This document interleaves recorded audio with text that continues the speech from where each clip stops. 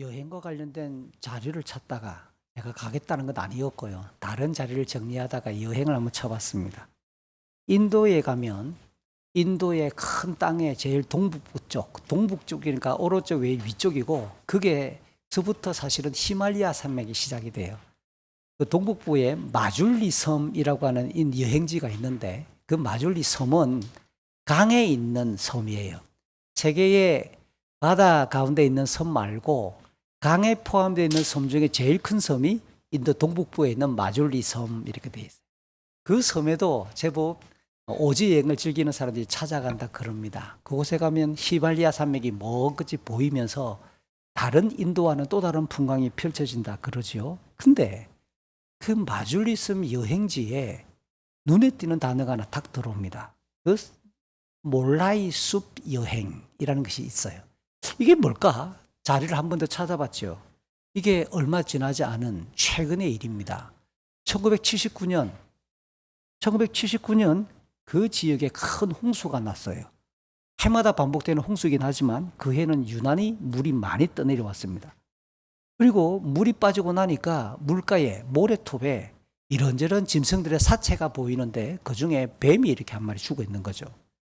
그걸 한참 동안 지켜보던 마을의 청년, 마을의 청소년, 16살이니까 한 소년이라고 말할 수 있겠지요. 이렇게 고민을 하는 겁니다. 자기가 태어나 15년, 16년 동안 살다가 보니까 해마다 홍수는 반복되고 해마다 동물들의 사체는 떠내려오고 또 이게 뱀은 기어서 가면 살 수 있는데 옆에 강이 있으니까 뱀까지 죽어 있고 이런저런 모습을 보면서 마을에 돌아가 어른들에게 묻습니다. 아니, 나무를 심으면 이 광활한 강가에 이 모래톱에 나무를 심으면 짐승들이 죽지 않고 살지 않을까요? 어른들은 비웃지요. 먹고 살기 바쁜데 무슨 나무를 심냐? 저 열기가 이게 막 뜨거운 열기가 있는데 나무가 제대로 살겠냐? 이런저런 말을 하다가 툭 던진 말이 대나무를 갖다 심으면 살란가? 그래서 그 소년이 그날 마을을 돌아다니다가 20그루의 대나무를 구했고 곧바로 그날 한참을 걸어가서 그 모래톱에 대나무를 심기 시작한 겁니다. 그 다음 날도 이 16살배기 소년이 구할 수 있는 나무는 자기가 구할 수 있는 대로 구해가지고 또 한참을 걸어가 강가에 있는 그 모래톱에 나무를 심기 시작했다는 겁니다. 하루, 이틀, 하루도 안 빠지고 자료에는 그렇게 나와요. 30년 동안. 하루도 안 빠지고 얘는 그 직업이 뭐냐? 나무 심는 사람. 월급도 나오는 것도 아닌데. 그냥 이 친구는 매일 그렇게 해서 나무를 심으러 갔는데 동네 사람들은 걔가 뭐 하는지 몰랐대요. 30년 동안. 그래서 나무를 심기 시작하고 좀 더 멀리가 강가에서 개미나 지렁이를 파와서 자비가 나무를 심었던 그곳에 옮겨와서 또 흙을 파서 묻어주어서 이 토지를 바꾸는 일까지 같이 신경 씁니다. 대나무를 쪄와서 연결시키고 구멍을 톡톡톡 찍어서 강에서부터 나와서 물이 똑똑똑 한 방울 떨어지는 수로를 만들어서 자기가 그날 심었던 어린 나무 주변에는 그렇게 한 방울씩 물이 떨어지는 수로까지도 만들고 그렇게 하기를 30년. 근데 놀라운 것은 2008년이 됐습니다. 인도 당국이 어느 날 갑자기 야생 코끼리떼가 뛰어가는 걸 보는 거예요. 지금 이게 코끼리가 없어야 될 동네인데 코끼리가 뛰어가는 겁니다. 코끼리떼를 추적하다 보니까 그 숲에서 나오고 그 숲으로 들어가더라는 거예요. 이 숲이 지도상에는 그들의 공부에는 없는 숲인데 모래톱인데 어느 날 숲이 만들어진 거죠. 2008년. 1979년부터 2008년이니까 그 숲이 공식적으로 발견되기 전까지 정부 당국에 30년. 29년이죠. 그 숲을 만든 사람의 이름이 자다브 파엥이라는 사람이에요. 어릴 때부터 이 자다브의 별명이 이름이 그렇게 해서 몰라이 이렇게 불렀대요. 그래서 그 이후에 인도 정부가 공식적으로 그 숲을 몰라이 숲 이렇게 지정을 했다는 겁니다. 얼마나 크냐? 서울 여의도의 2배, 축구장 770개가 들어갈 만한 숲을 매일 한 사람에 의해 30년 동안 나무를 심었더니 그렇게 커졌더라. 그곳에는 대나무를 포함해서 여러 수족의 나무가 자라 있고 거대한 숲이 만들어져 있대요.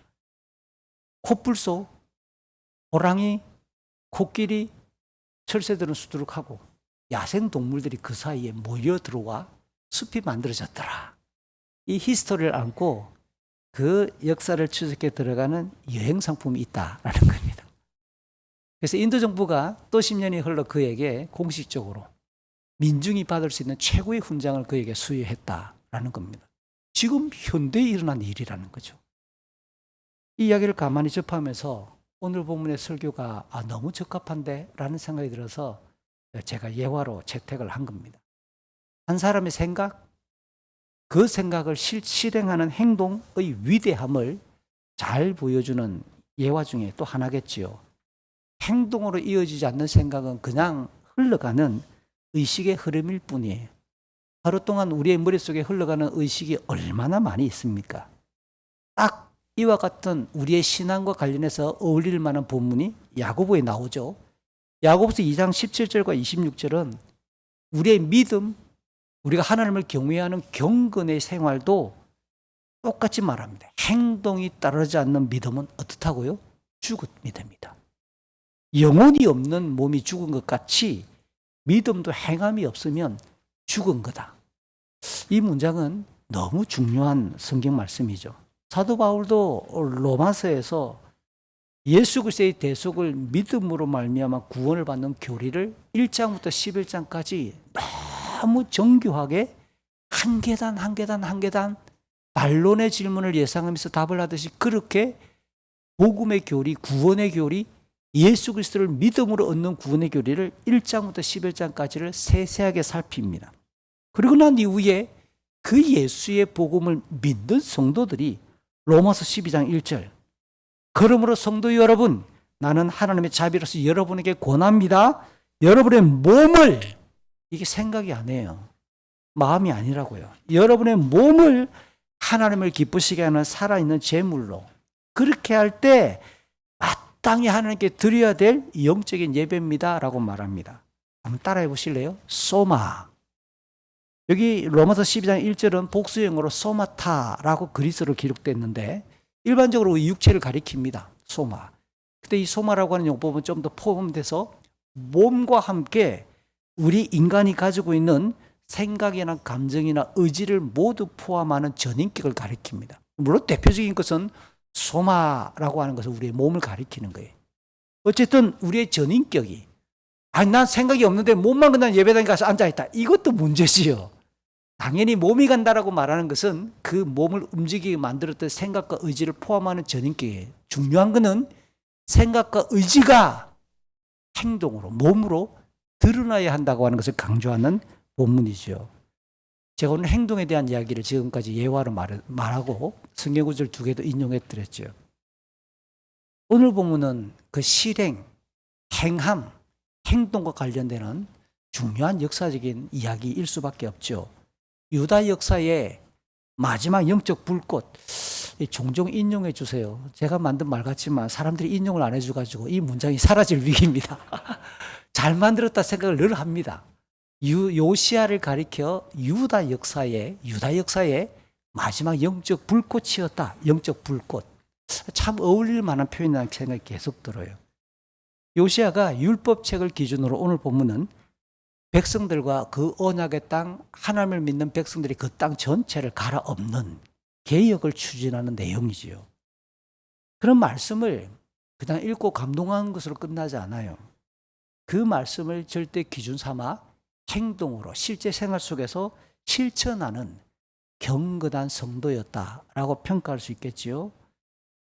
지난번에 살폈던 내용을 한번 잠시 복습을 해보면 오늘 본문이 더 의미가 있을 거예요. 직전의 단락 22장의 내용을 제가 간단하게 요약합니다.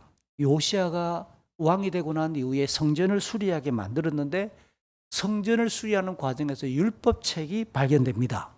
그 발견된 율법책을 서기관이 자기 앞에서 쭉 읽어주니까 왕이 그 율법책을 듣자마자 두려워 떨기 시작하고 자기 옷을 찢고 그 다음 그 말씀에 기록되어져 있는 내용이 어떻게 우리에게 실행될 것이고 적용될 것인가 하나님의 뜻을 묻기 위해 경건의 일단의 신화단을 꾸려서 선지자를 찾아가서 하나님의 말씀대로 어떻게 이루어질 것인가 확연하게 하는 과정까지를 거쳤다라는 겁니다.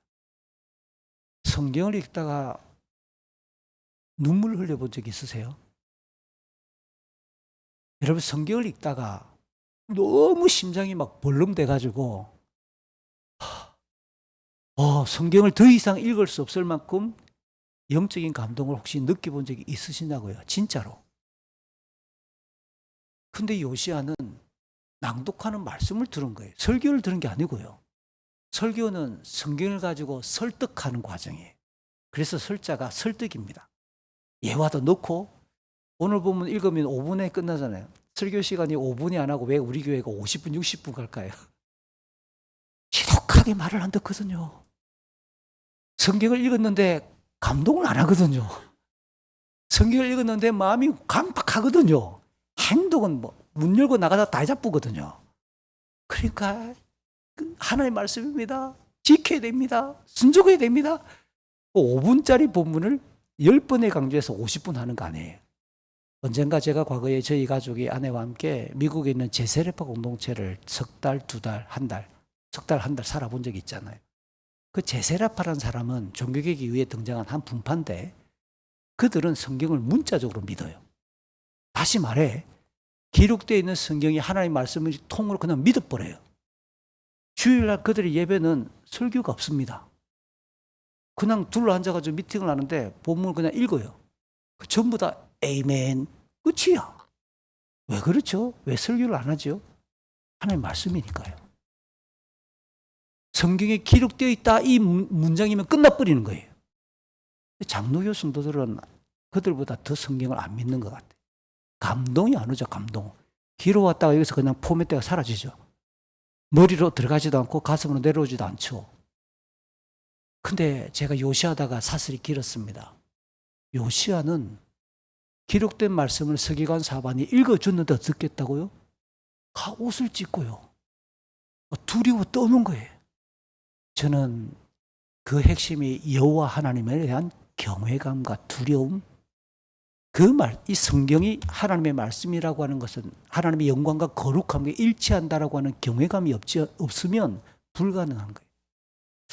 제가 연초부터 계속 이야기하는데요. 이제 2월이 됐으니까 2026년 2월 올 한 해 동안 여러분 개인적으로 이런 꿈을 한번 가져보세요. 하나님, 저도 요시야처럼 집에서 성경하다가 눈물 한번 나게 해주세요. 저도 성경을 읽다가 눈물이 쏟아져가지고 제가 들고 있는 이 성경이 제 눈물로 젖어져서 다시 새 성경을 살 수 있는 그 놀라운 은혜를 우리에게 한번 주십시오.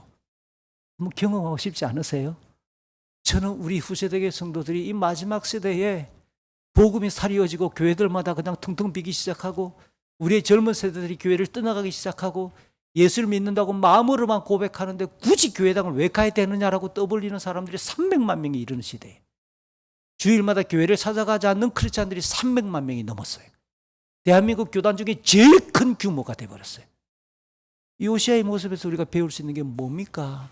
다시 성령이 우리의 마음을 만져서 말씀을 읽기만 해도 듣기만 해도 우리의 가슴이 터질 것 같은 감동이 회복될 수 있는 그날 우리가 반드시 빼놓지 않고 주님 앞에 올려드려야 될 기도 제목 중에 하나란 말이에요.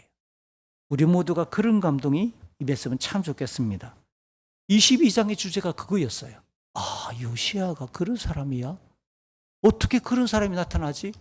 할아버지와 아버지의 뒤를 이어 왕이 되었던 이 요시야가 어떻게 그런 중심을 가지고 있었을까? 결론은 간단합니다.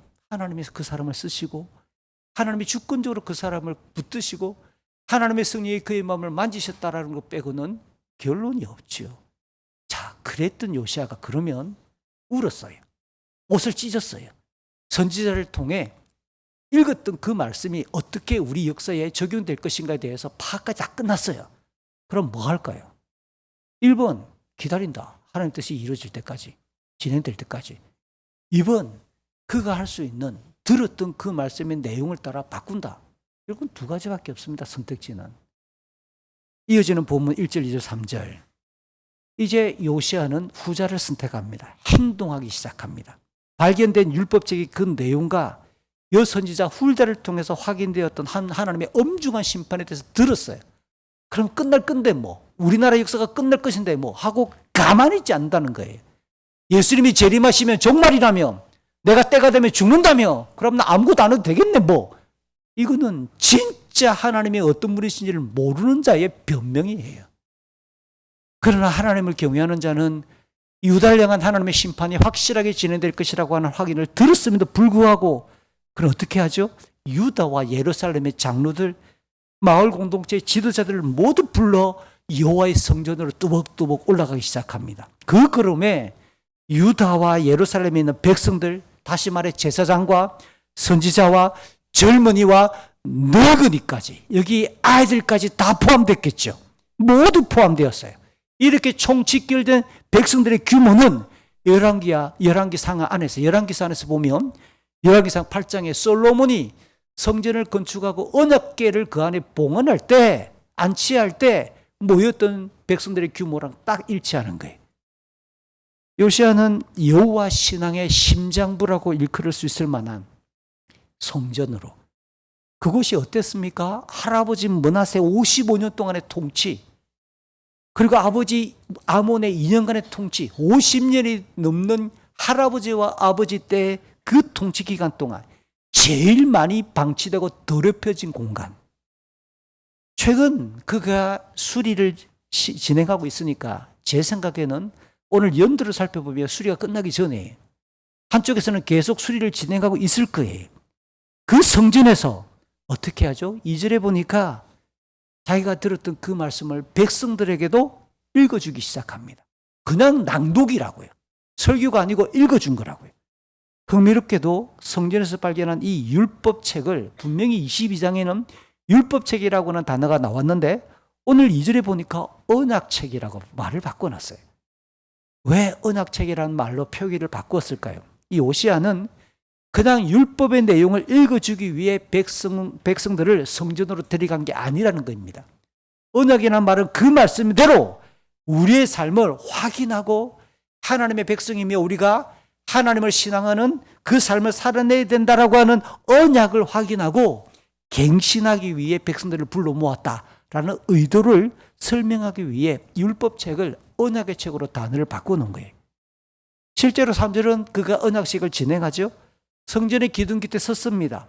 마음을 다하고 목숨을 다하여 여호와를 따르겠다라고 왕이 먼저 하나님을 향하여 그렇게 결단합니다. 여호와의 계명, 규례, 율법 다 같은 표현이잖아요. 같은 표현인데 세 번이나 다른 단어를 쓰면서 반복한다? 최상급입니다. 확인 반복이고 반복을 통한 최상급의 표현입니다. 얼마나 요시야가 뜨겁고 간절하게 그 말씀을 지키겠다고 선언하는지, 그 책에 기록된 언약의 말씀들을 모두 지킬 것을 그가 대표로 언약을 맺습니다. 그 다음 히브리 성경 원어를 보니까 맨 마지막 문장이 멋있어요. 온 백성은 직역하면 여호와 언약 앞에 섰다, 언약 앞에 서 있다라는 표현입니다. 성전 기둥곁, 그가 섰던 성전 기둥곁은 열왕기하 11장에도 나왔는데요. 성전의 여러 건물의 구조상 왕이 공식적으로 쓰는 왕의 자리로 이해할 만한 공간이고요. 그 다음 언약 백성, 이 이스라엘 백성들을 대표해서 그가 하나님께 언약을 딱 진행을 하고 백성들을 정인으로 세우면서 동시에 백성들도 언약 앞에 서 있게 만들므로 백성들도 그 언약에 참여시켰다라는 뜻이겠지요. 이와 관련된 같은 내용을 다루고 있는 역대하 34장 32절 33절은 굉장히 의미 있는 서술을 하고 있습니다. 그게 뭐냐? 유다 백성들이 오늘 본문 이후에 요시야가 살아있는 동안 여호와 하나님께 복종했고 하나님의 언약에 복종했다라고 말하므로 요시야가 죽을 때까지는 오늘 언약을 갱신했던 이 백성들의 분위기가 지속되었다는 거예요. 지난주 그리고 오늘 보면 22장과 23장에 나오는 표기는 연대는 열왕기상 하나입니다. 요시야 즉위 18년. 그가 성전을 수리하면서 언약책을 발견하고 지금 언약을 진행하는 이게 18년이니까 요시야가 몇 년 동안 통치하느냐? 31년. 30일에서 18을 빼면 앞으로 13년이 더 흘러가야 되죠. 13년 오늘 본문 이후에 10년이 넘는 기간 동안 유다 사회와 백성들은 계속 오늘 낭독되어지고 언약을 갱신했던 이 내용의 효력을 지켜나가는 거예요. 요시야 한 사람으로 인해 유다 사회가 향후 13년 동안 계속 경건한 겉보기 모양의 모습이 이어지며 예배와 하나님을 믿는 백성의 분위기가 계속 형성되었다라고 읽을 수 있는 대목이 역대하 34장에서 우리에게 설명을 보조적으로 해줍니다. 구약 성경에서 이렇게 언약을 새롭게 다지는 사례가 오늘 본문 이전에도 있었지요. 모세의 뒤를 이어 백성을 인도해서 가나안 땅으로 이끌고 갔던 여호수아 시대죠. 가나안을 정복했습니다. 지파별로 땅을 분배했습니다. 시간이 좀 지나갑니다. 그럴 때 요시야의 죽음이 가까이 다가오고 있던 그 시점에 여호수아 마지막 장 24장, 여호수아는 봅니다. 정착을 했는데 보니까 그 땅에 사는 사람들의 신앙이 흐트러지고 있는 모습들을 보기 시작합니다. 그래서 그들을 모두 불러 모아놓고 하나님의 언약을 중심으로 여호와 하나님께만 전적으로 충성하고 헌신해야 된다. 우리에게 지금 붙어있고 우리에게 슬며시 들어와 있는 우상을 섬기는 이런 타락한 죄악의 짓을 끊어야 한다 라고 그렇게 강력하게 권면했던 내용이 여호수아 24장입니다. 그것처럼 요시아도 오늘 언약을 갱신했던 3절 이후에 4절부터 14절에 보면 그는 언약식에 걸맞은 실제 신앙의 개혁을 진행하는데 모두 10가지로 정리해 볼 수 있는 겁니다. 언약식만 진행해 놓고 우리끼리 말로 해봅시다. 좀 보편적인, 절대적으로 딱 맞는 건 아닌데 주일 예배를 드렸어요. 찬양의 시간을 통해, 기도의 내용을 통해, 설교를 통해 감동이 왔습니다. 조별 나눔을 통해 지체들이 어떻게 삶을 살고 고민하는 거 들었습니다. 그러다가 오늘 집으로 돌아갈 때 마음에 뭔가 감동이 임했어요. 내가 이래야 되겠구나 라는 감동이 임했는데 가는 차 안에서부터 시작되는 거예요.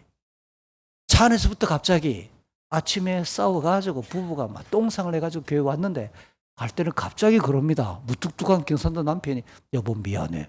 갑자기 변하는 거예요. 그러면 아내가 뭐 갑자기 닭살이 돋지 않겠어요? 그때 아내가 와 이러노? 미쳤나? 라고 하면 안 되는 거죠. 아이고 좀 그렇다 이가. 내가 원래 그렇게 좀 내가 못났다 이가. 근데 갑자기 왜 또 사과해? 지금까지 30년 동안 사과 한마디 안 하더니 제 아내의 단골 멘트입니다. 없으니까 한마디 해야죠. 뭐. 내가 평상시에 늘 사과하는데 내가 사과를 박스째 사오잖아. 그거는 눈치가 없어? 웃으면서 주고받는 이야기입니다. 오늘 예배를 드리고 교제하다가 계속 마음에 감동이 오네. 미안하다. 그게 사실은 바람직한 모습이죠. 건강하고. 실행이 안 돼서 그렇죠. 우리 머리로 납득할 만한 그림 아니에요. 첫 번째가 뭡니까? 바로 지금 언약식이 진행되는 성전에서부터 시작을 한다는 거예요. 4절 오늘 본문 보니까 대제사장 hil기야와 제사장들과 그곳에 모여있는 레위지파 문지기들에게 성전 안에 있던 우상들을 위한 기구들을 모두 끄집어내라. 예루살렘 바깥 기드론 시내에 가져가라. 그리고 불태우고 부셔가지고 그 죄를 베델로 가져가게 만들었다는 겁니다. 이 오시아가 지체하지 않았다는 거예요. 언약식이 딱 끝나자마자 하나님의 말씀을 읽고 선언하고 내가 이렇게 살겠다라고 결단하자마자 그 현장에서부터 바른 신앙을 선언하며 계획을 시작하는 거죠. 기드론 시내는 예루살렘 성하고 동쪽에 이어지는 감람산의 경계를 이루는 골짜기예요. 근데 이 기드론 골짜기가 구약 성경을 면밀하게 읽어보고 역사적 고정을 살펴보면 쓰레기장이 있는데요. 일반 쓰레기장이 아니에요. 성전에서 배출하는 오물을 버리는 쓰레기장. 그게 기드론 시내에 있습니다. 그러니까 우상의 이 물건들을 뭘로 취급하느냐? 영적인 쓰레기들이. 품고 있을 수 없는 쓰레기들로 처리하는 거죠. 이 흥미로운 것은 4절 끝에 불태웠던 그 죄를 어디로 가져갔다고요? 이거 줄 치놓으세요. 이게 오늘 2단계입니다. 요시야. 베델로 옮겨갑니다. 이 베델은 이스라엘과 남유다가의 왕국이 분열되었을 때 북이스라엘 왕 초대왕 여로보암이 남쪽 예루살렘의 성전을 대체하며 금송아지 우상을 만들고 그 제단을 함께 있는 신전을 두었던 곳이 바로 베델이잖아요. 왜 죄를 그것이 들고 왔을까? 그것도 요시야가 개혁할 것이다라고 하는 것을 보여주는 복선이죠. 두 번째 개혁, 그게 5절입니다. 이전의 유다 왕들, 오늘 본문에 반복되는 표현을 여러분들이 눈여겨봐야 됩니다. 이전의 유다 왕들이 유다의 여러 성과 예루살렘 주위의 산당들에서 분향하고 우상을 섬기게 했던 이방의 제사장들, 히브리어 단어가 달라요. 이 제사장이라는 표기가. 우상을 섬기는 제사장들과 그 다음 1월 성신에게 제사하던 그 종교인들을 5절 쫓아냅니다.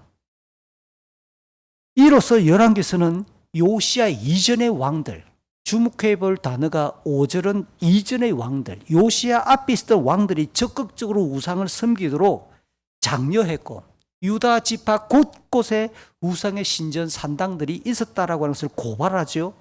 율법에 의하면 언약의 백성들을 지도해야 될 왕이 어떤 자입니까? 신명기 17장 14절 이하 그 왕은, 이스라엘의 왕은 하나님을 섬기도록 백성들을 안내하고 하나님의 통치를 대행해야 될 거룩하고 신령한 직분자들이에요.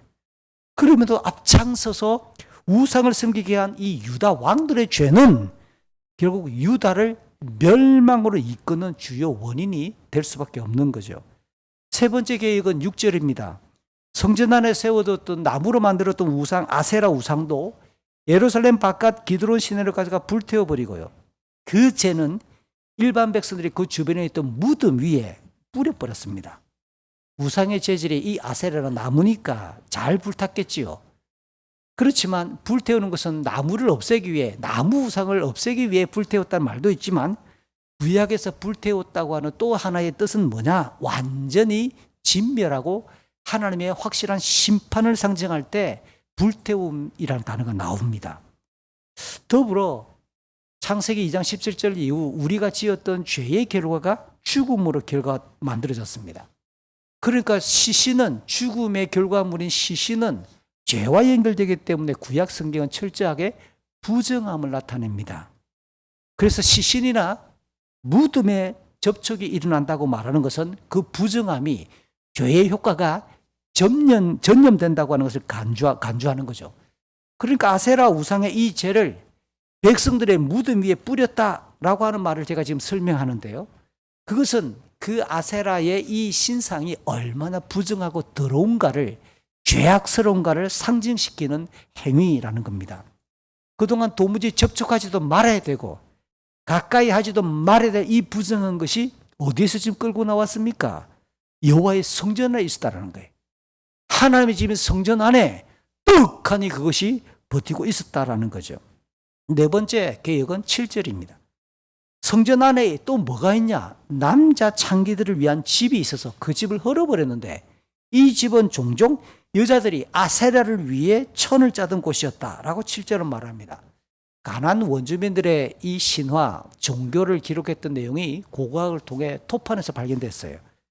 그 내용을 보니까 가나안 원주민들의 이 신앙과 관련되는 내용을 보면 신들이 결혼도 하고요. 때로는 죽었다가 되살아나기도 합니다. 그러니까 신들이 즐거워야 우리 백성들에게, 인민들에게, 그 신을 섬기는 백성들에게 복을 줄 거 아닙니까? 그러니까 가나안 신들을 섬기는 산당에는 종교적인 남자들, 여자들, 남창과 여창이 있어서 기도하러 들어오고 예배하러 들어오는 그들의 신도들과 성행위를 하는 겁니다. 이게 그냥 쾌락을 추구하는 그런 행위가 아니라 그렇게 함으로써 보고 있는 그들의 신을 자극하고 즐겁게 만들어서 우리에게 복을 빌어줄 것이다라는 예배의 행위라는 거예요. 그 일을 하는 이 더러운 우상의 종교들의 거처가 성전 안에 있었다라는 거예요. 이게 충격이잖아요. 게다가 아세라 우상에 둘러 씌우게 될 그 천을 짜는 공간으로도 이중적으로 활용되었다니까 더 놀랍습니다. 원래 성전 안에 있는 보조 공간들은 하나님을 예배하기 위해 레위인들이 주로 사용하거나 성전의 물건 그리고 재물을 보관하는 용도로 성전 안에는 부속 공간들이 여럿 있었던 거예요. 그랬던 그 공간에 이런 더러운 종교인들의 거처가 있었다. 야, 이건 참 계속 읽으면 읽을수록 놀라운 일입니다. 요시아의 계획이 아니고는 어떻게 유다 땅이 하나님의 멸망을 받게 되었을까에 대해서 자세한 내막을 잘 모를 만큼. 근데 오늘 계획의 내용 10가지를 보면 뒤집어 보면 야, 결론이 뭡니까? 멸망받아 싸다. 하나님이 멸망 안 시키고 지금까지 기다려준 게 은혜인 거죠. 기다리심의 은혜인 거죠.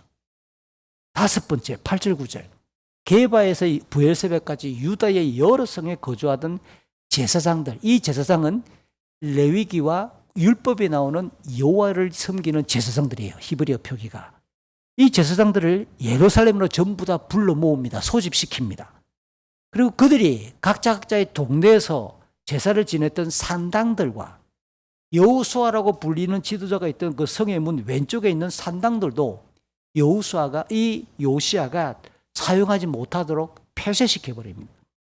그러니까 하나님의 제사장들이 자기가 사는 그 동네에서 예루살렘의 성전에서 예배하고 일을 하거나 백성들을 목양해야 될 이 사람들이 그곳에 있던 우상의 신전에서 일을 했다라는 뜻입니다. 이들을 다 불러 모아 요시아가 그들을 관리하는데요.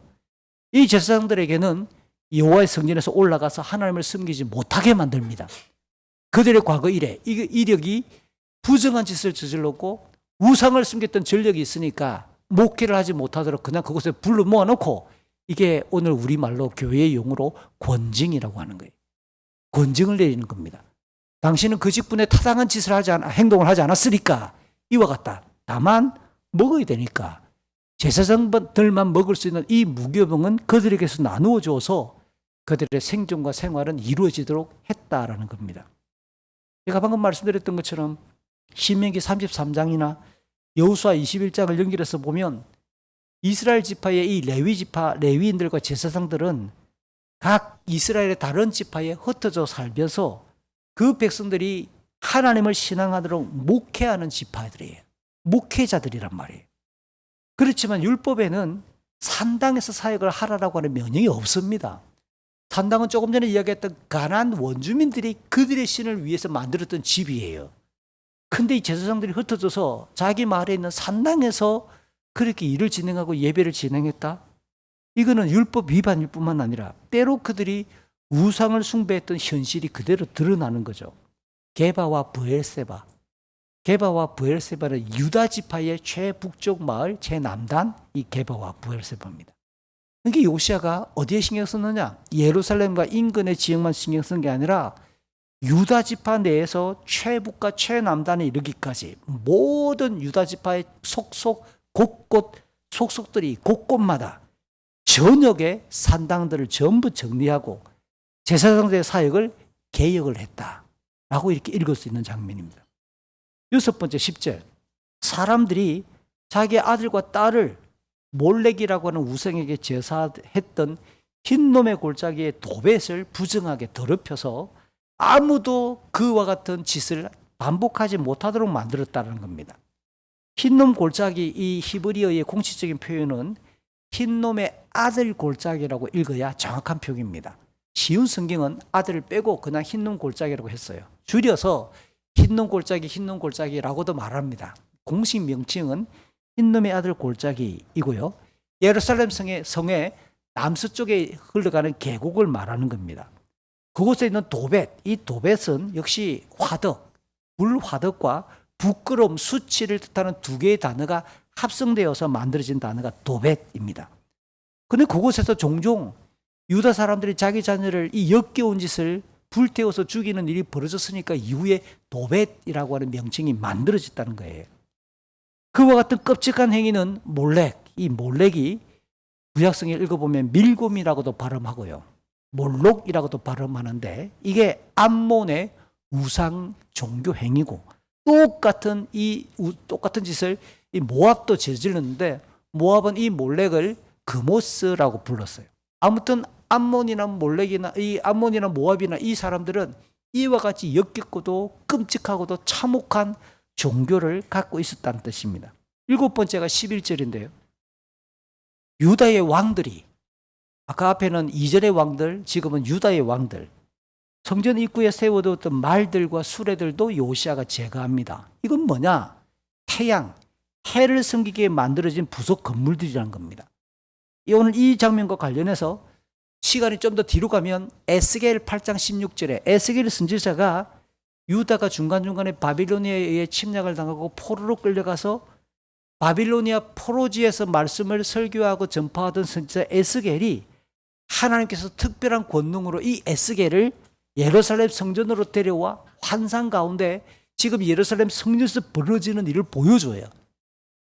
예루살렘 성전에서 뭐가 벌어지느냐? 그 뜰에 있는 제단하고 본 건물 그 사이에서 이 사람들이 성전으로 들어가는 게 아니라 등을 돌려가지고 하나님이 계시는 성전에 등을 돌려서 동쪽에 떠오르는 태양을 보고 절하는 25명의 사람들을 목격합니다. 그 악행을 오늘 보면 11절은 유다의 왕들이, 이와 같은 끔찍한 우상숭배를 왕들이 조장하고 백성들에게 안내했다라고 고발하는 거죠. 8번째 12절. 또 이전의 왕들이 아하스의 윗방, 다락방이죠. 지붕 위에 만들었던 제단들, 므낫세가 성전한 두 뜰에 만들었던 제단들도 부수고 그 부스러기들을 기드론 골짜기에 버렸다라고 말합니다. 의미 있는 것은 오늘 12절에 왕들의 두 명의 이름이 나옵니다. 한 사람은 아하스, 또 한 사람은 므낫세. 여러분 혹시 좀 몇 주 지나갔으나 기억나요? 이 아하스가 유다 왕들, 제가 그때 설교할 때 그랬습니다. 지금까지 11개에 나오는 왕들 중에 제일 악하고 죄악을 많이 저지른 왕이 아하스입니다 라고 했어요. 이 사람이 북이스라엘 왕들의 길을 따랐고 자기 아들을 불태워드렸던 최초의 왕이 아하스였어요. 그때 하나님께서는 이 아하스의 죄로 인하여 북이스라엘하고 똑같이 멸망하게 할 것이다. 이 아하스가 누구냐? 유다로 하여금 11개에서 하나님께 멸망받아 마땅하다라고 하는 최초의 길을 만들었던 사람이 아하스 왕이에요.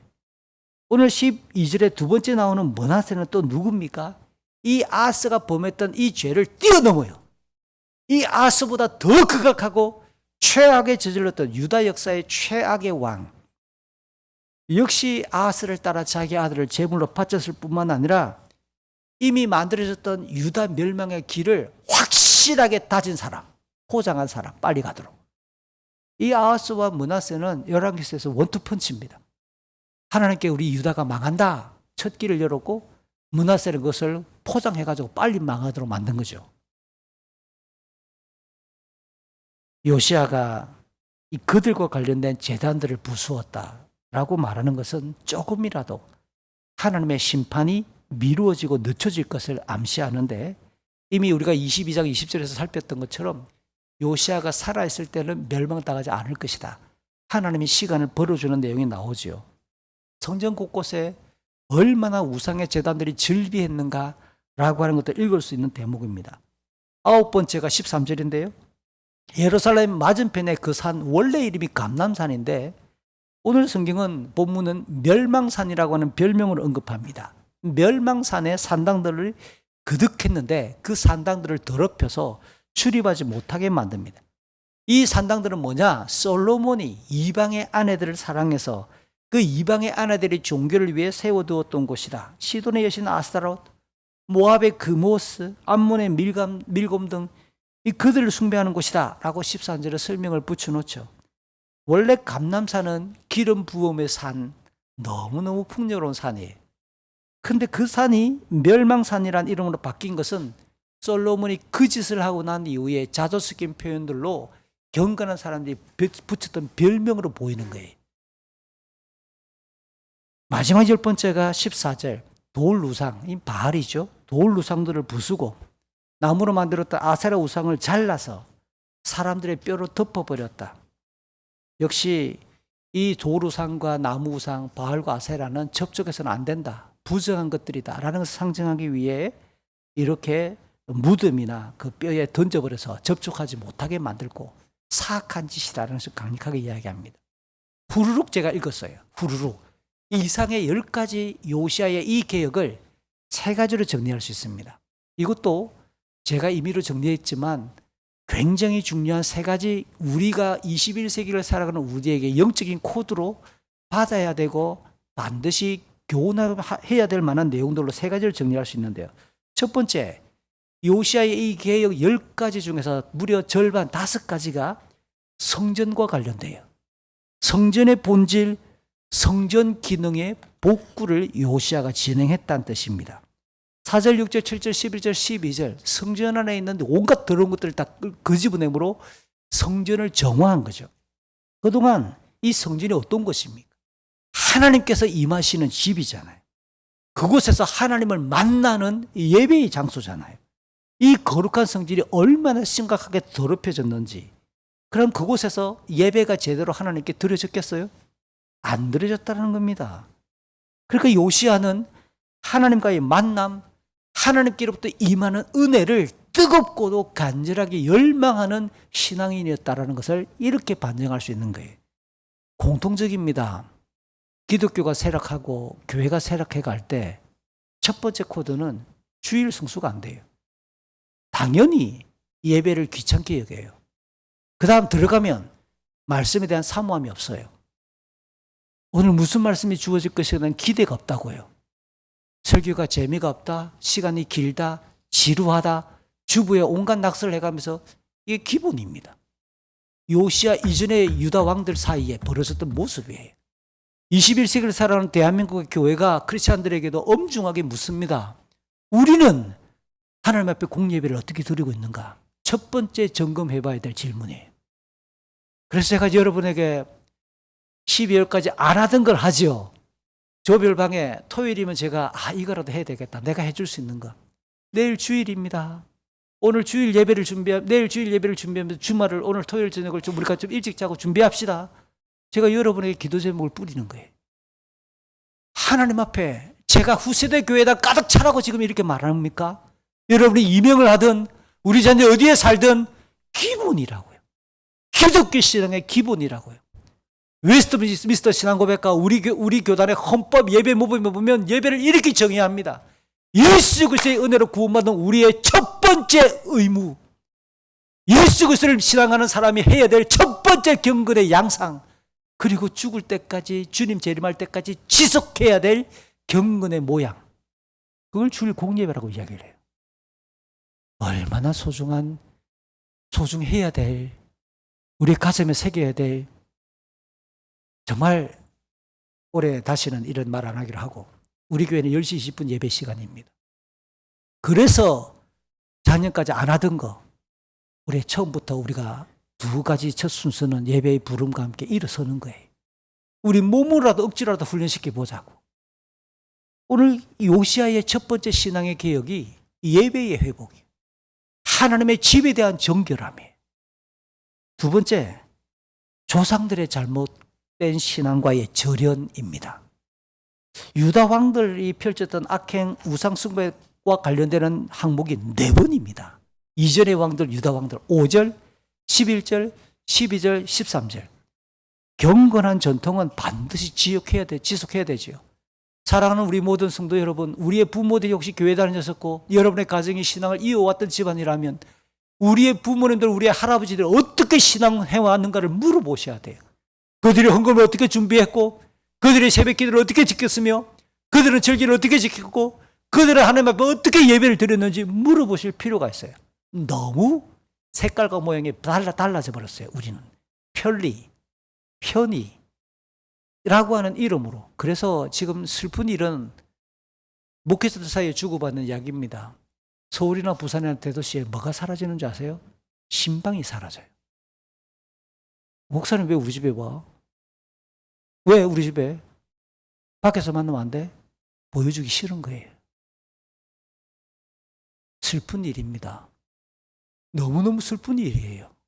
차단되는 거예요. 그냥 공적인 관계로 있지, 당신은 설교하고 우리 집에 왜 와? 만나려면 그냥 밖에서 식사하면서 이야기하고 티타임만 만나면 되지. 어느 순간 자기의 성이 견고해지기 시작하죠.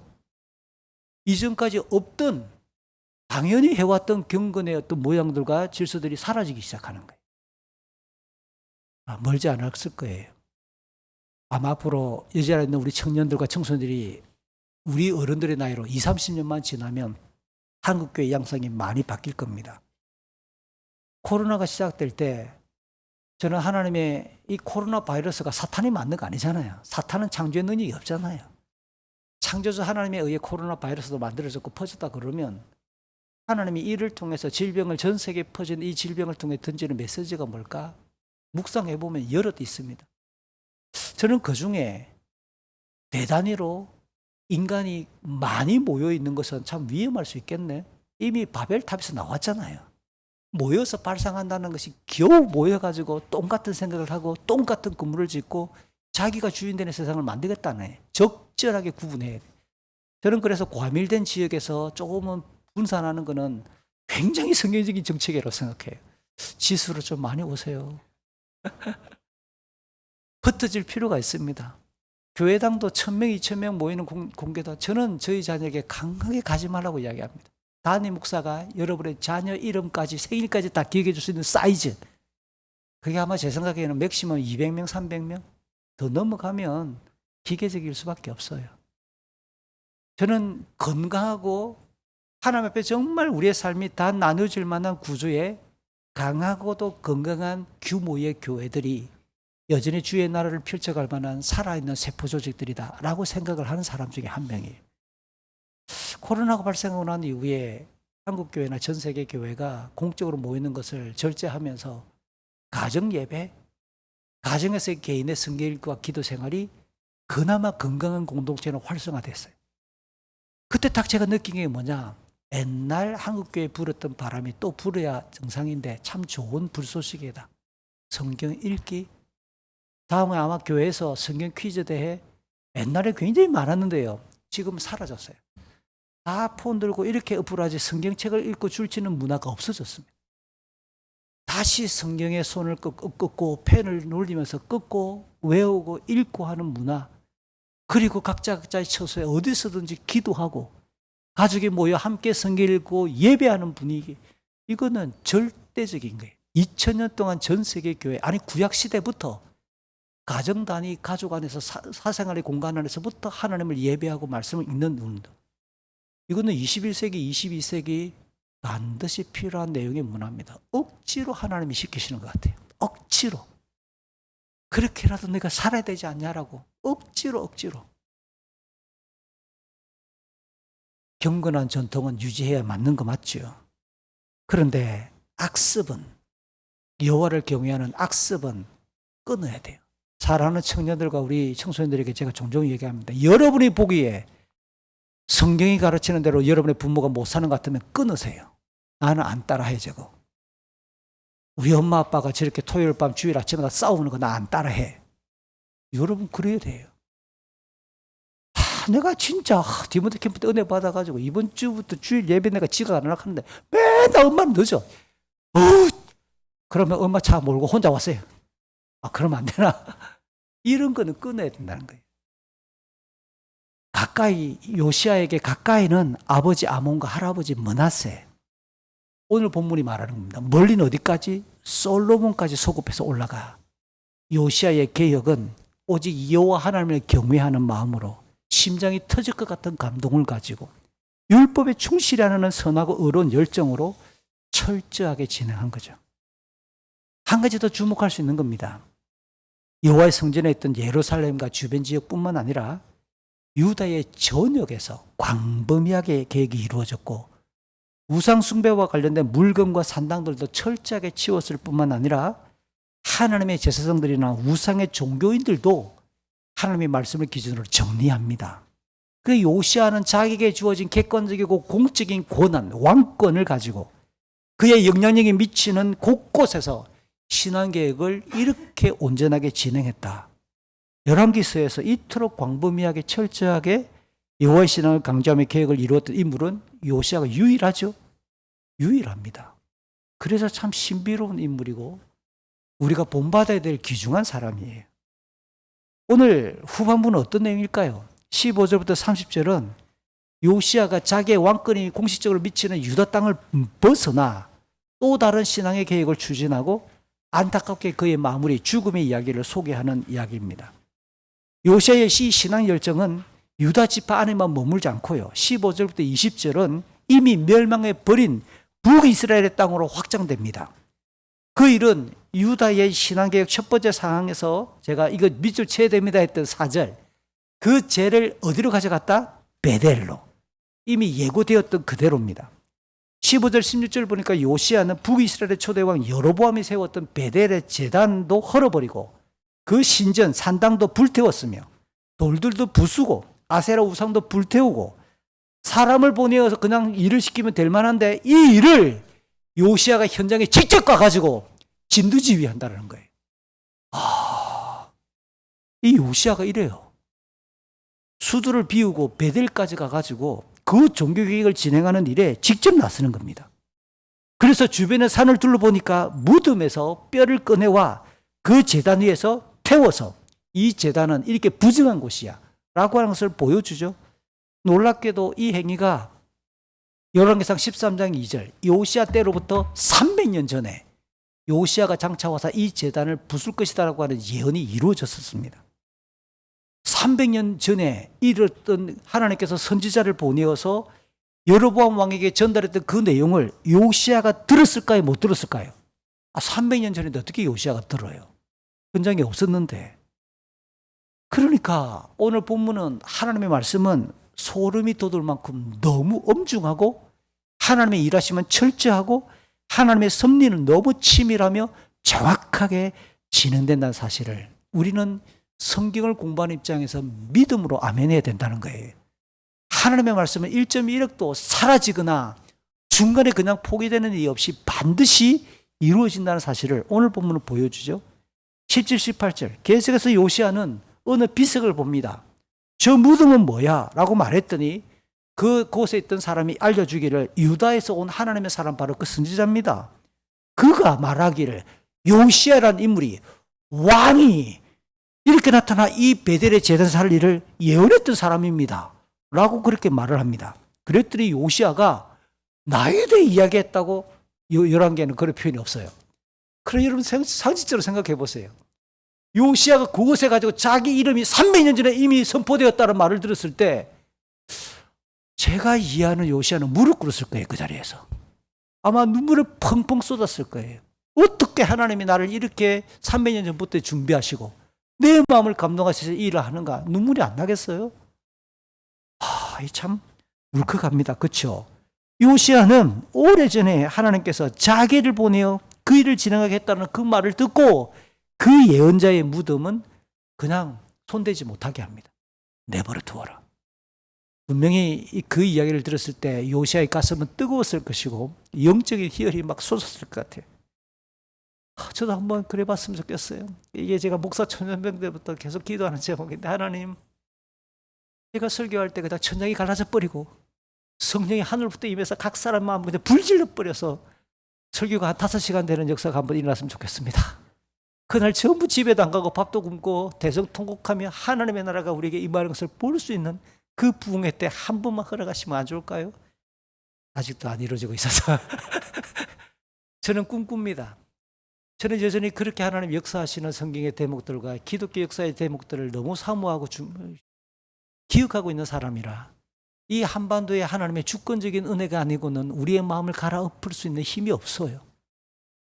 우리의 예배가 2026년 공예배가 이렇게 하나님을 만나는 희열의 자리가 됐으면 참 좋겠습니다. 19절 20절 요시야의 계획은 베델 외에도 사마리아의 여러 성에서도 계속 진행돼요. 이 사마리아는 북이스라엘을 읽으면 더 어울리겠지요. 그 땅의 왕들, 북이스라엘의 왕들이 여러 성의 우상의 신전들을 세워 여호와 하나님을 노하시게 했으나 요시야는 그것들을 모두 헐어버리고 그곳에서 일하던 우상의 종교인들도 제단에서 모두 죽여서 그들의 뼈를 불태우고 난 이후에야 예루살렘으로 돌아갑니다. 여기 참고로 짚어야 될 사항은 15절부터 20절까지 여부는 북이스라엘 땅을 멸망시킨 제국의 이름이 뭡니까? 1번 이집트, 2번 아시리아, 3번 바벨론, 4번 대한민국. 정답은 아시리아였어요. 아시리아. 그리고 아시리아가 북이스라엘 멸망시키고 아시리아가 그러면 요즘 잘 쓰는 말이죠. 실효적으로, 현실적으로 지배하는 땅이 북이스라엘이잖아요. 근데 어떻게 요시야가 개혁이 가능하죠? 이게 지난번에 제가 말씀했던 요시야가 통치할 때 주변 정세, 국제 정세의 변화입니다. 아시리아의 마지막 왕 아슈르 바니발이 죽었던 때가 627년인데요. 주전 내분이 일어나기 시작합니다. 그 내분을 틈타 그 주변에 있던 바빌로니아가 이듬해 주전 626년에 독립을 하게 되고 이 바빌로니아가 주변에는 메데라고 구약성경에 나오는데 공식 이름은 미디아 함께 연합하면서 계속 세력을 키우기 시작합니다. 그러니까 요시야가 율법책을 발견하고 언약식을 진행하고 지금 개혁을 추진하고 있는 이 시점이 오늘 보면 23절이나 22장 3절에 보면 요시야 18년 이게 주전 622년이라고요. 신흥 강대국이 바빌론이 힘을 키우기 시작한 지 4, 5년 뒤입니다. 아슈르는 지금 아시리아는 내분에 입세가지고 전혀 이 가나안 땅까지 신경을 쓸 만한 여력이 없는 거예요. 이 기가 막힌 분위기에서 아시리아는 지금 급격히 쇠락하는 중이기 때문에 요시아는 적극적으로 온 땅을 개혁하고 있는 중이죠. 이제 요시아는 21절부터 23절에서 그 언약의 책에 기록되어 있는 대로 백성들에게 유월절을 지키라고 명령합니다. 그러면서 그의 통치 18년이라고 하는 것을 보여주므로 성경 율법책을 발견했던 바로 그 해에 지체하지 않고 율법책을 유월절을 지키자라고 제안합니다. 오늘 본문은 뭐라고 말합니까? 사사들이 이스라엘을 다스리는 시대, 이스라엘과 유다의 왕들이 다스리던 모든 이 열왕국 시대 전체를 통해서 유월절을 지킨 자가 없었다. 유월절을 지킨 적이 없었다. 실제로 사사시대 이후부터 우리 열왕기상하, 제가 설교를 창세기부터 쭉 흘러와 열왕기하를 마치면 역사서를 다 한 거예요. 설교를 지금까지. 사실은 출애굽기 12장 이후에 유월절을 지켰다라고 하는 흔적이 사실은 없어요. 이렇게 열왕기서는 요시아의 유월절 준수가 전무후무한 것으로 기록을 하죠. 다만 같은 내용을 기록하고 있는 역대하를 참고할 필요가 있는데요. 역대하 30장은 히스기야 이야기예요. 히스기야를 다룰 때 히스기야가 유월절을 지켰다고 분명히 역대하 30장은 설명을 합니다. 그런데 요시아의 사역을 다루고 있는 역대하 35장에서 요시아의 유월절을 뭐라고 말하느냐? 사무엘 시대부터 요시아처럼 이 유월절을 지킨 왕은 아무도 없었다라고 말하므로 분명히 그 앞에 몇 장에서 요시아가 유월절을 지켰다고 표기해 놓고 뒤에 요시아가 유월절을 지켰던 이 내용은 그와 같이 지킨 자가 아무도 없었다. 비교 우위를 둡니다. 히스기야도 분명히 유월절을 진행했으나 요시아가 진행했던 이 유월절은 급이 다르다는 거예요. 더 철저하게, 더 완벽하게, 더 확실하게 유월절을 지켰다라는 겁니다. 유월절이 무슨 절기입니까? 이스라엘이 출애굽할 때 장자의 죽음을 면한 것을 기념하는 절기잖아요. 그러니까 이 유월절은 기본적으로 하나님이 생명을 주관하신다는 겁니다. 두 번째, 하나님이 자기 백성을 구원하신다라고 하는 것을 강력하게 상징하는 절기잖아요. 따라서 요시아가 유월절을 지키는 것은 우리의 생명이 하나님께 달려있고 우리의 구원은 하나님께 달려있습니다 라고 하는 것을 보여주니까 오늘 본문에 나오는 모든 신앙개혁의 정점이자 환하게 빛나는 마지막 불꽃의 모습이 유월절 준수 이야기로 오늘 본문을 정리합니다. 24, 25절은 다시 총평하지요. 요시아가 유다 땅 예루살렘에 있던 무당, 점쟁이, 두라빔, 우상들 모든 역겨운 신들을 모두 없앴고 대제사장 hil기야가 성전에서 발견했던 바로 율법책에 적혀있는 말씀을 철저하게 지켰다. 또 강조하죠. 요시아와 같이 마음과 정서가 힘을 다하여 마음과 정서가 힘을 다하는 것이 신명기 6장에서 하나님의 말씀을 지키고 여호와를 경외할 때 쓰는 기본적인 단어들입니다. 그걸 요시아에게 딱 그대로 표기하며 여호와를 섬기고 모세 율법을 지킨 자가 없었다라고 총평합니다. 그럼에도 불구하고 26, 27절은 유다의 역사가 멸망으로 향하고 있음을 분명히 덧붙입니다. 요시아의 계획에서 드러난 것처럼 그동안 유다가 얼마나 끔찍하고 엉망스러운 죄악들을 범했는지 하나님께 징벌을 받아 마땅한 수준입니다. 무엇보다 므낫세가 지었던 그 죄로 인해 여호와의 진노가 불붙었기 때문에 므낫세에게 이미 선언했던 그대로를 인용하면서 하나님께서는 이스라엘을 없앴듯이 유다도 없앨 것이고 하나님이 친히 선택했던 예루살렘과 자기 이름을 주시겠다고 선언하셨던 이 성전도 하나님은 버리시겠다고 선언하시는 거예요. 안타깝게도 본문의 마지막 28절부터 30절은 요시아의 죽음을 담담하게 소개하는데요. 이집트의 왕 바로 느구가 아시에라를 돕기 위해 우리 쉬운 성경은 돕기 위해로 되어 있는데 여러분 혹시 가정에 있는 개혁 성경, 개혁 개정을 보면 아시리아를 치기 위해라고 돕는 거랑 치는 거는 전혀 반대잖아요. 이게 히브리어 단어가 가지고 있는 복수의 의미 때문에 그래요. 히브리어 지금 여기에 전치사 R이라고 하는 단어를 쓰는데 이 R은 두 가지 뜻이 다 있어요. 하나는 긍정적으로 돕는다라는 뜻도 있고요. 또 하나는 반대한다는 뜻도 있는 거예요. 그래서 그냥 물론 반대한다는 뜻을 더 많이 숫자로 표기하는 경우가 있긴 했으나 돕는다는 뜻도 분명히 있는 거예요. 개역 성경은 아시리아를 반대한다, 친다라는 뜻으로 번역을 했고 쉬운 성경은 돕는다고 번역했습니다. 이럴 때는 문맥과 역사적 정황상 어떤 해석이 맞는가를 봐야 되겠죠. 신하들이 요시아의 시체를 그래서 이 바로누구가 출전하는 것을 막아서다가 머깃도에서 요시아가 전사했고 신하들이 그의 시체를 전차로 옮겨와 예루살렘에서 장례하고 난 이후에 그 아들 여호아하스가 즉위한다는 내용을 오늘 본문은 마무리합니다. 그럼 이 맥락이 뭐냐? 이집트의 왕은 그동안 아시리아의 세력에 짓눌려서 전혀 꼼짝도 못하고 이집트 밖을 아프리카 대륙을 벗어날 생각을 못했어요. 그런데 제가 조금 전에 설명했던 주변 정세를 떠올려 보세요.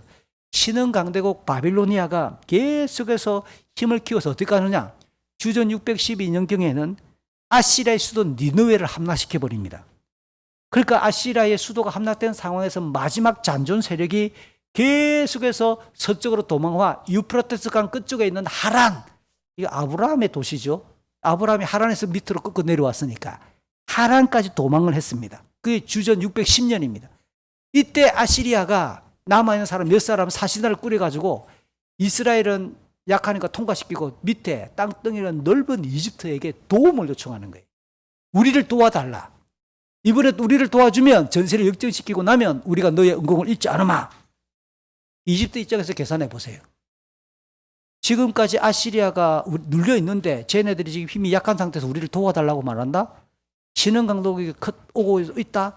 그러면 우리가 좀 대단히 군대를 출동시켜서 아시리아를 도와 신흥 강대국만 꺾어버리면 도와달라고 말했던 아시리아 그 자리에서 그냥 처단해버리면 전 세계 우리 까이가? 이게 이집트의 정치적 계산인 거예요. 그런 면에서 보면 시운 성경이 번역을 잘한 거죠. 지금 바로 누구는 아시리아를 반대한 게 아니라 아시리아를, 물론 궁극적으로는 아시리아까지도 반대하고 잡아먹을 생각으로 올라갔으니까 넓게 보면, 그러나 실제로 보면 아시리아를 돕기 위해 출전을 하는 겁니다. 이런 가운데서 요시아의 죽음에 대해서 부정적으로 말하는 목사님과 신학자들이 왕왕 있어요. 요시아가 왜 막았을까? 그냥 길을 터주지. 왜 그렇게 부정적으로 보느냐면 역대하 35장 21절부터 24절에서 이 바르노그가 요시아가 자기 그룹을 막으러 서니까 이렇게 말합니다. 여호와 하나님이 나를 감동해서 지금 가는 길이야. 네가 나를 막는 거는 하나님의 일을 방해하는 거야. 바로 느구가 하는 말입니다. 바로 느구가. 이사야가 말하는 게 아니고 이집트의 왕이 야 네가 믿는 하나님이 나를 감동해서 지금 가는 중이야. 막아서지 마. 그래놓고 요시아는 그 말을 듣지 않고 막아서다가 전사한 거예요. 그리고 표기가 한 줄 더 나오는 게 여호와의 뜻을 이렇게 요시아가 마치 안 들은 것처럼 막아서다 죽었다라고 하는 비슷한 문장이 나옵니다. 그런데 이 내용을 가만히 더 읽어볼 필요가 있습니다. 요시아가 왜 바로 느고 이집트 세력의 발걸음을 막았을까? 여기 중요 힌트가 예레미야를 읽다가 저는 감동이 옵니다. 언젠가 연구를 하다 보니까 예레미야의 설교가 요시아가 살아있을 때부터 시작합니다. 요시아 13년 때부터 예레미야가 말씀을 전하기 시작해서 이 요시아가 오늘 죽을 때까지 31년 차니까 18년 동안 예레미야가 설교를 한 거예요. 예레미야의 설교가 예루살렘과 성전을 중심으로 18년 동안 사역이 진행됐다고 가정해 보세요. 예레미야의 설교 핵심이 뭐지요? 유다 망한다라는 거예요. 어느 나라? 1번 아시리아, 2번 바빌론. 바빌론이에요. 예레미야는 줄기차게 말합니다. 북쪽에서 하나님이 세우신 강력한 징배의 바람이 내려올 것이고 나중에 예레미야 20장에서는 바빌로니아라고 그 명확하게 나라 이름을 말합니다. 우리는 바빌로니아에게 망해. 요시아가 죽고 난 이후에는 어떻게까지 예레미야가 말하느냐. 그러니까 바빌로니아에 항복해야 돼. 그게 사는 길이야. 예레미야의 설교입니다. 요시아가 예레미야의 설교를 들었다면 가정이죠. 18년, 13년부터 30일 오늘 본문까지. 이 경건한 요시아가 예레미야의 설교를 기억한다면 하나님이 바빌로니아를 회초리를 사용해서 유다와 주변의 여러 이웃들을 징벌할 것에 대해서 듣고 있는 역사인식을 가졌다면 지금 이집트가 바빌론과 맞짱 뜨고 아시리아를 돕기 위해 출전하는 것은 뭘 방해하는 거죠? 하나님의 역사를 방해하는 거잖아요. 그러니까 요시아 입장에서는 내버려 둘 수가 없는 거예요. 이 하나님을 경외하는 마음의 입장에서 하나님의 일을 방해하는 제 이집트의 출정을 막아야 되겠다라고 하는 마음이 선한 열정으로 볼 수 있어요. 소수학자들이 이렇게 해석합니다. 제가 열심히 찾아봤습니다. 저는 왜 제가 자꾸만 요시아를 부정적으로 보고 싶지 않느냐면 요시아의 죽음을 다루는 열왕기서에서 한 줄도 요시아를 부정적으로 말하는 말이 없기 때문에 그래요. 그럼 성경이 말하는 대로 우리가 보면 너무 안타까운데 라고 할 때 요시야를 부전으로 볼 수 없는 거죠. 그리고 실제로 역대서로 돌아가면 요시야가 죽고 날 때 예레미야가 통곡합니다. 예레미야가 슬픈 노래를 지었고 요시야의 죽음을 애도하는데 그 노래를 후대 시간이 흘러 남자와 여자들이 그 노래로 요시야가 죽을 때가 되면 죽은 기일이 되면 계속 애곡하는 거예요. 여러분 이런 내용도 역대상하 열왕기상하에 요시야밖에 없어요. 그럼 요시야의 이 죽음은 예레미야와 상관이 있을 것이라고 하는 짐작 속에 연구를 해 들어가면 저는 그렇게 결론을 내립니다. 요시야는 죽을 때마저도 죽음을 두려워하지 아니하고 하나님 향한 뭔가 자기 에너지를 다 들고 싶은 열정으로 나갔겠다. 제가 이해하는 요시야예요. 다만 유다의 멸망을 요시야가 보지 않을 것이라는 하나님의 말씀에 따라 그의 안타까운 이 요절은, 이 죽음은 뭐하고 연결되죠? 유다의 심판이 그가 죽었으니까 가속화되겠구나 라고 이해하는 게 열왕기서의 맥락상 딱 어울리겠다는 겁니다. 지금까지 본문을 살폈던 것처럼 요시야의 경건은 여호와 하나님을 향한 경외감, 말씀 앞에서 뜰 수 있는 그의 가슴, 그렇게 가슴과 그의 감정만 뜨거웠던 게 아니라 그 말씀에 따라 모든 것을 철저하게 끊고 정리하고 하나님을 순결하게 신앙하는 몸으로 반응하는 경건이었어요. 요시야처럼 바르고 건강한 이 경건은 반드시 다시 정리해 보면 세 가지 요소를 포함해야 됩니다. 첫 번째, 하나님을 향한 순결하고도 온전한 믿음은 하나님을 예배하는 성전, 그리고 말씀을 귀하게 여기는 것에서 우리는 그에게 배워야 될 점입니다. 예배는 하나님을 영원하게 하는 첫 번째 행위일 뿐만 아니라 영원히 지속해야 될 행위라고 제가 강조했잖아요. 더불어 하나님의 말씀을 사모하는 것은 우리의 신앙과 거룩함을 위한 본질이에요. 너무 미안해요. 아무리 찬양을 여러분 집에서 틀어놓고 하루 종일 찬양을 100시간 흥얼거린다고 해서 사실은 찬양과 기도는 어디 있냐면 주로 우리 인간의 구성과 보면 감성과 관련되는 영역이에요. 근데 말씀은 이성과 관련되는 영역이라고요. 감성은 굉장히 쉽게 변할 수 있잖아요. 하지 말란 말이 아니에요. 하나님의 말씀에 우리의 이성이 기둥같이 세워지지 아니하면 우리의 감성은 언제나 이랬다 저랬다 해서 막 그냥 변덕꾸리길 수 있다는 것을 말하는 겁니다. 그래서 우리의 신앙과 거룩함을 유지하기 위해서 말씀은 어떤 경우에도 약화시킬 수가 없는 영역인 것을 이 요시야를 통해 발견하는 거죠. 두 번째, 하나님께서 싫어하시는 죄와 불의를 정리하고 멀리하고 경계할 것을 본문은 강조합니다. 당연히 시편의 말씀처럼 경건한 사람은 악인의 꾀, 생각을 따르지 않는 거죠. 죄인들의 길, 그들이 살아가는 삶의 방식을 흉내내지 않는 거예요. 오만한 자리에 앉는 것, 자리에 앉아버린 것, 이건 일상의 습관이고 일상을 말해요. 오만한 자들 자리처럼 삶처럼 그렇게 살지 않는 거예요. 신약으로 넘어오면 바울이 말하잖아요. 악은 그 모양이라도 버려라. 히브리서가 말합니다. 우리를 쉽게 옳고 말리고 하는 모든 그 악은 버려라. 그리고 히브리서 12장 4절 피 흘리기까지 아직까지 너희가 싸우지 않았다. 다시 말해 피 흘리기까지 죄와 싸워야 한다라고 가르치잖아요. 사랑하는 성도 여러분, 이번 한 주간도 우리의 남은 생애가 계속 죄와 대해서 피 흘리기까지 싸우는 싸움, 분투의 삶이 있었으면 좋겠어요. 마지막으로 여호와 하나님을 경외한다면 반드시 몸으로, 행동으로 실행되고 표현되어야 돼요. 행동으로 반응하지 않은 믿음은 위선이에요. 하나님 나라에 합당한 믿음은 예수님이 마태복음 7장에서 말합니다. 말씀을 듣고 행동하는 것, 경건한 열매로 나타나야 하는 것. 그 열매란 하나님의 뜻대로 행하는 것이다 라고 주님이 말합니다. 우리의 선한 행동은 영적인 어둠을 밝히는 빛이고요, 하나님의 영광을 드러내는 증거하는 안내판이라고 성경은 말합니다. 주님의 재림이 가까운 우리 시대에 점점 더 그 시대가 강력해질수록 겉보기에는 하나님을 섬기는 것 같으나 실제로는 하나님을 경외하지 않는 위선적인 신앙이 많아질 것을 디모데후서 3장 5절은 말합니다. 딱 우리 시대가 그러하지요. 그래서 우리는 성도의 믿음이 행함으로 드러나야 된다고 하는 이 전제를 잘 기억해 주시고, 로마서가 강조하는 것처럼 로마서 2장 6절과 8절까지 사람이 행한 대로 갚으시고 심판하시는 그 하나님, 인내로서 선한 일을 행하도록, 우리가 늘 이야기하는 것처럼 예수 믿으면 천국, 불신자는 지옥, 의외로 그 표현보다 바울은 로마서 2장에서 행함으로 이야기를 해요. 우리의 믿음이 행함으로 나타날 것을 전제하는 겁니다. 이 내용은 마태복음에도 나옵니다. 25장. 주님의 말씀에 하면 약한 자를 입히고 먹이고 돌보는 것, 그걸 믿음이라고 말하죠. 말씀을 마칩니다.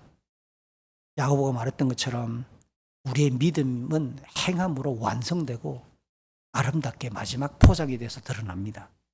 행함이 없는 믿음은 죽었다. 성령께서 우리의 영혼을 거듭나게 하셨으니까 우리는 요한복음 3장대로 하나님 나라를 소망하는 자들이잖아요. 그러니까 반드시 행함으로 하나님께 영광을 돌리는 예배자의 삶을 살아내야 되고, 세상의 가치와 모양을 따르기보다 하나님의 뜻에 집중하며, 이런 고난과 희생이 따르더라도, 불편해도, 내게 금전적인 손해가 발생하더라도 그게 선한 일이고 의로우며 하나님께서 기뻐하는 일이라면 두벅두벅 걸어가는 것이 우리의 믿음입니다. 말씀을 생각하며 같이 기도할까요? 우리의 모습과 행동을 먼저 돌아봅니다. 부끄럽지만 한 주간의 삶을 돌아보면 여전히 제게도 참 불의하고 불경건한 모습이 많고, 또 끊어야 될 습관들이 여전히 남아있죠.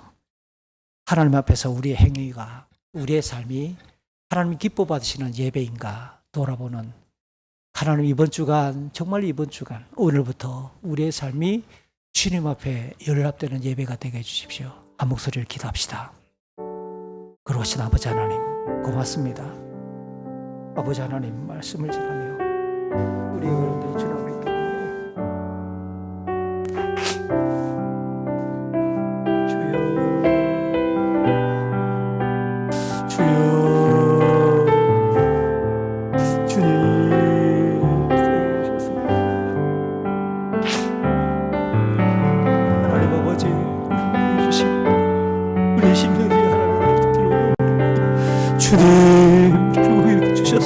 아버지 앞에 우리의 삶 있게 해주십시오. 말로 맞다버리는 하나님 아버지, 우리의 생각만 머물는 신앙이 아니라 우리의 말과 우리의 행위가, 우리의 실상이 아버지 앞에 연락되는 예배의 삶이 여주도록 도와주옵소서. 주님, 우리의 신뢰할 때 없게 해주시고, 주님, 우리를 불쌍히 해주셔서 아버지여 우리를 긍휼히 주십시오. 주님을 향한 우리의 예배의 삶이 여주도록 도와주시기 원하오니 아버지, 우리를 긍휼히 여겨 주시옵소서. 주여, 우리를 긍휼히 여겨 주십시오. 아버지, 우리를 도와주시옵소서.